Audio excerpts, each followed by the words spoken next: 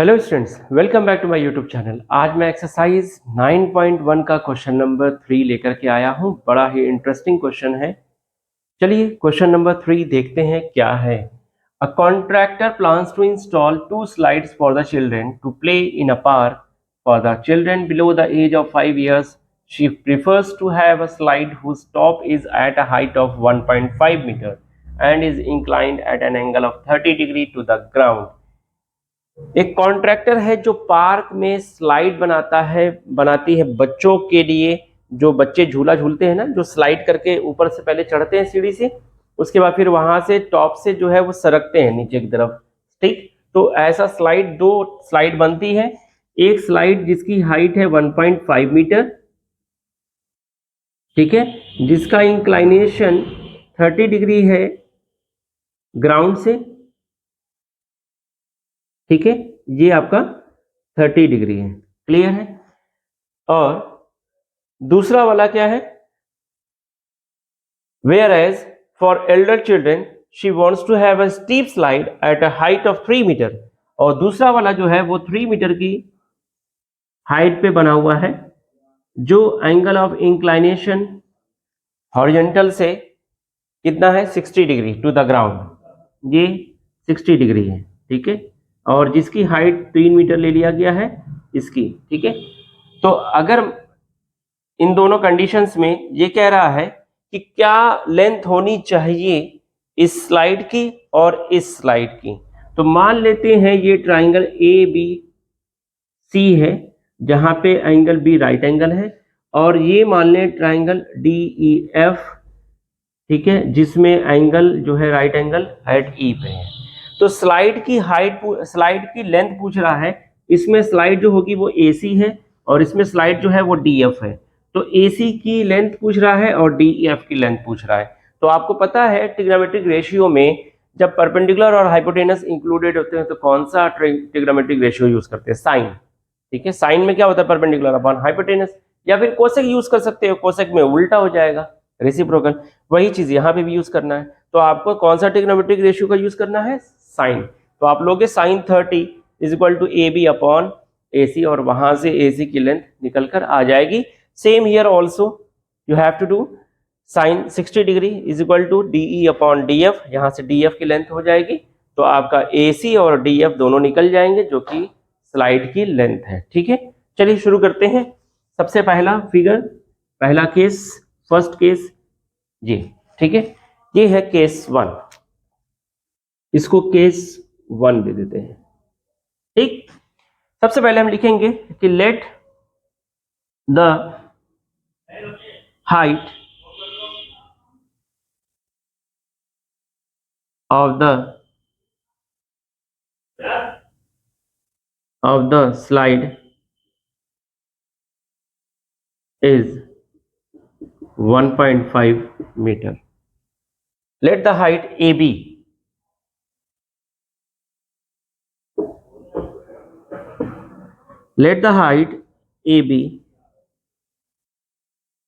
is equal to 1.5 meter of the slide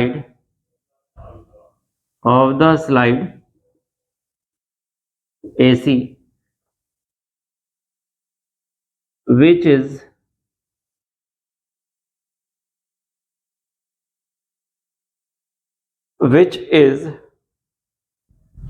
inclined at an angle of 30 degree. ठीक है, from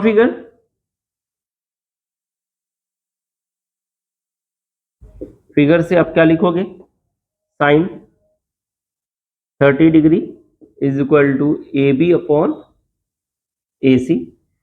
sign 30 की value होती है 1/2 और ए बी आपका 1.5 गिवन है, और ए सी यहाँ है। ए सी ही निकालना है आपको, तो क्रॉस मल्टीप्लाई से देखो, 2 मल्टीप्लाई हो जाएगा 1.5 में और ए सी इधर आ जाएगा। तो ए सी इज इक्वल टू क्या आ जाएगा, 1.5 into 2 that is 3 metre.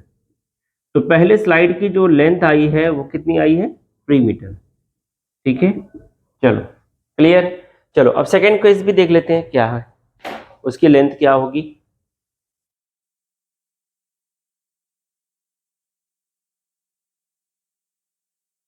Now see the second case, ये है आपका case 2।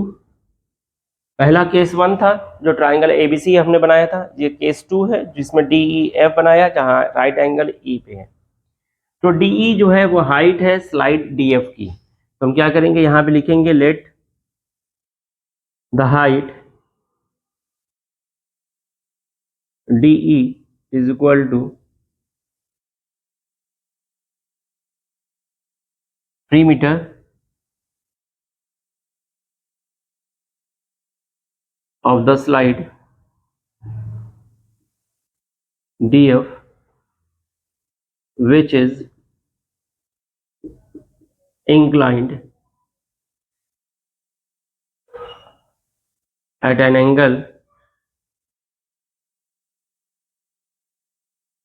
angle of 60 degree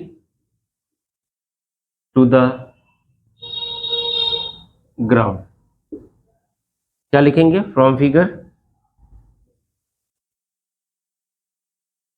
figure से साइन 60 डिग्री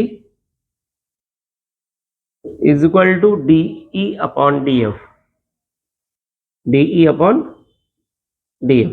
तो डीएफ इज इक्वल टू क्या हो जाएगा, डीई अपॉन साइन 60 डिग्री। चलो डीई की वैल्यू क्या है,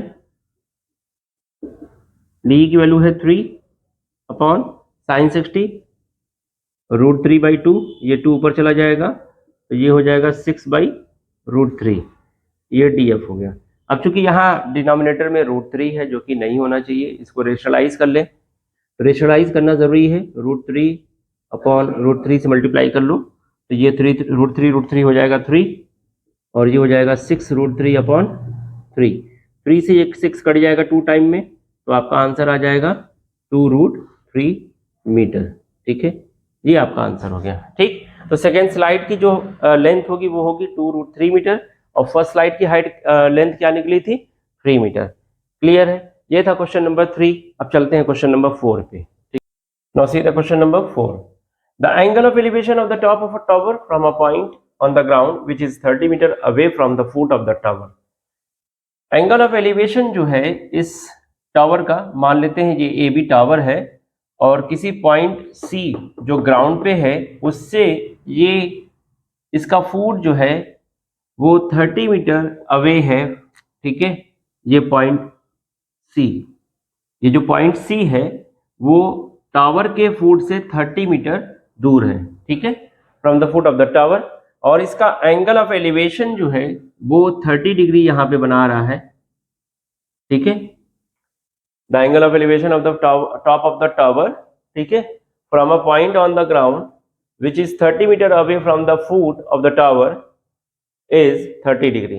ठीक है, find the height of the tower, आपको हाइट बताना है जी। ठीक, तो आप देखिए कौन सा ट्रिग्नोमेट्रिक रेशियो यूज करेंगे हम, परपेंडिकुलर और बेस। तो tan यूज होगा क्योंकि p/b tan का होता है, या फिर कॉट यूज कर सकते हो आप। ठीक है, दोनों सही है, लेकिन हम यहां पे क्या करेंगे, tan यूज करेंगे। सबसे पहले लिखेंगे कि let the tower A B which is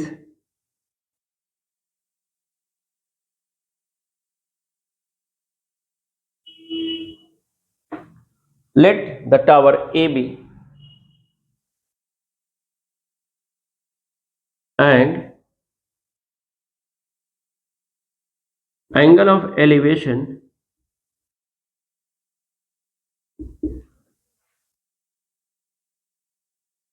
from a point C on the ground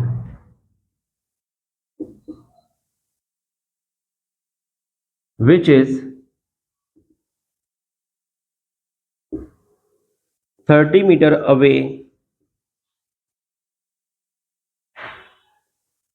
from the foot of the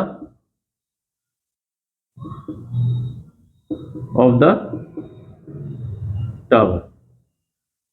ठीक है, फिर लिखेंगे यहां पे फ्रॉम फिगर।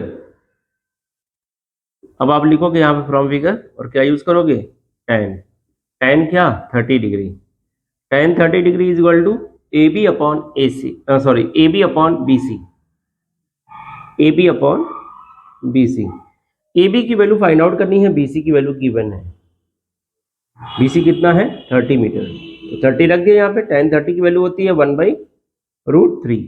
ये 30 ऊपर चला आएगा यहाँ पे, तो A B is equal to क्या हो जाएगा, A B is equal to हो जाएगा 30/√3। अगेन यहाँ देखिए डिनोमिनेटर में रूट आ रहा है 3, इसको रेशनलाइज करने के लिए हमें क्या करना होगा, √3 से ऊपर नीचे मल्टीप्लाई करना होगा और नीचे 3 हो जाएगा। तो यहाँ पे आप लिखोगे फिर A B is equal to 30√3 upon 3, और ये 3 से ये 30 कैंसिल हो जाएगा 10 टाइम में, और आपका आंसर आ जाएगा 10√3 मीटर इस टावर की height. Therefore, the height of the tower is 10√3 meter, which is away from the point C 30 meter. Okay, and the inclination angle is 30 degree. Clear है? तो ये है height of the tower, that is 10√3.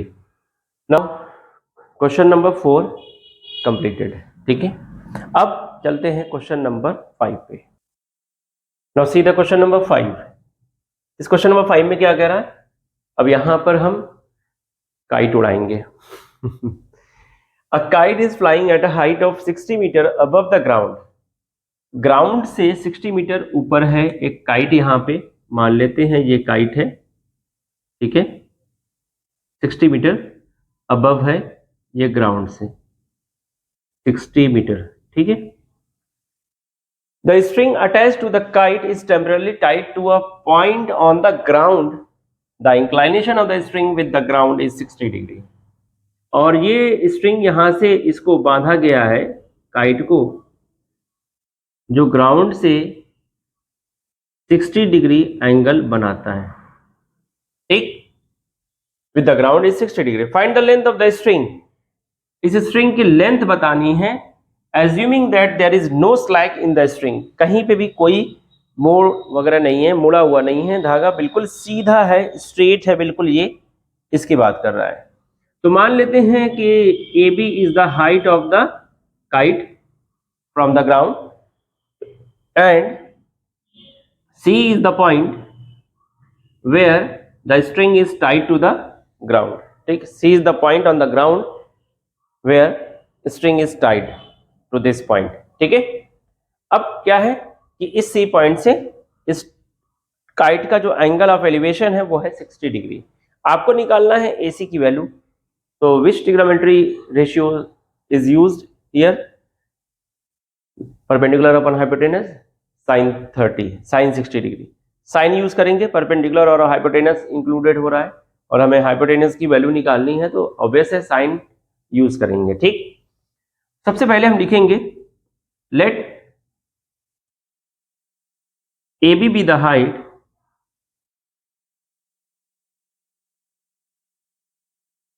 height of the kite from the ground,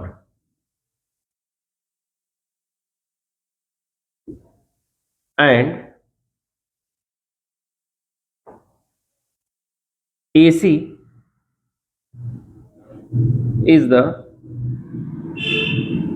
string which is tied to the point C on the ground, ठीक है। Now from figure से क्या कहोगे आप, sine 60 degree is equal to A B upon A c.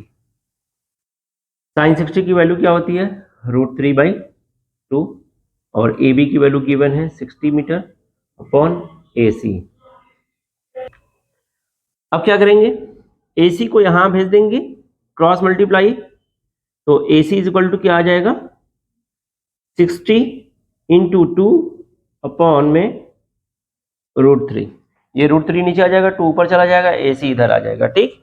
और ये देखो यहाँ पे AC इज इक्वल टू, अब क्या लिखोगे, क्योंकि यहाँ पे रेशनलाइज करना पड़ेगा हमको, √3 नीचे है तो डिनोमिनेटर में रूट में वैल्यू नहीं होनी चाहिए, तो हम √3 से मल्टीप्लाई करेंगे, तो 60 multiply by 2 multiply by √3 upon में √3 इंटू √3, 60 इंटू 2 इंटू √3 और अपॉन में 3, और 3 से ये कट जाएगा 60 20 टाइम में, और 22 हो जाएगा आपका 40, तो ये आपका आंसर आ गया 40√3। तो स्ट्रिंग की जो लेंथ आ गई वो कितना मीटर होगा, 40√3 मीटर, ठीक है। यही करना था, find the length of the string. तो स्ट्रिंग की लेंथ क्या आ गई 40√3 मीटर। ये था क्वेश्चन नंबर 5। अब हम मिलेंगे नेक्स्ट वीडियो में बाकी सारे क्वेश्चन के साथ। जब तक के लिए हमारे वीडियोस को लाइक और सब्सक्राइब करना बिल्कुल मत भूलें, और ज़्यादा से ज़्यादा अपने दोस्तों को शेयर भी करें। Thank you.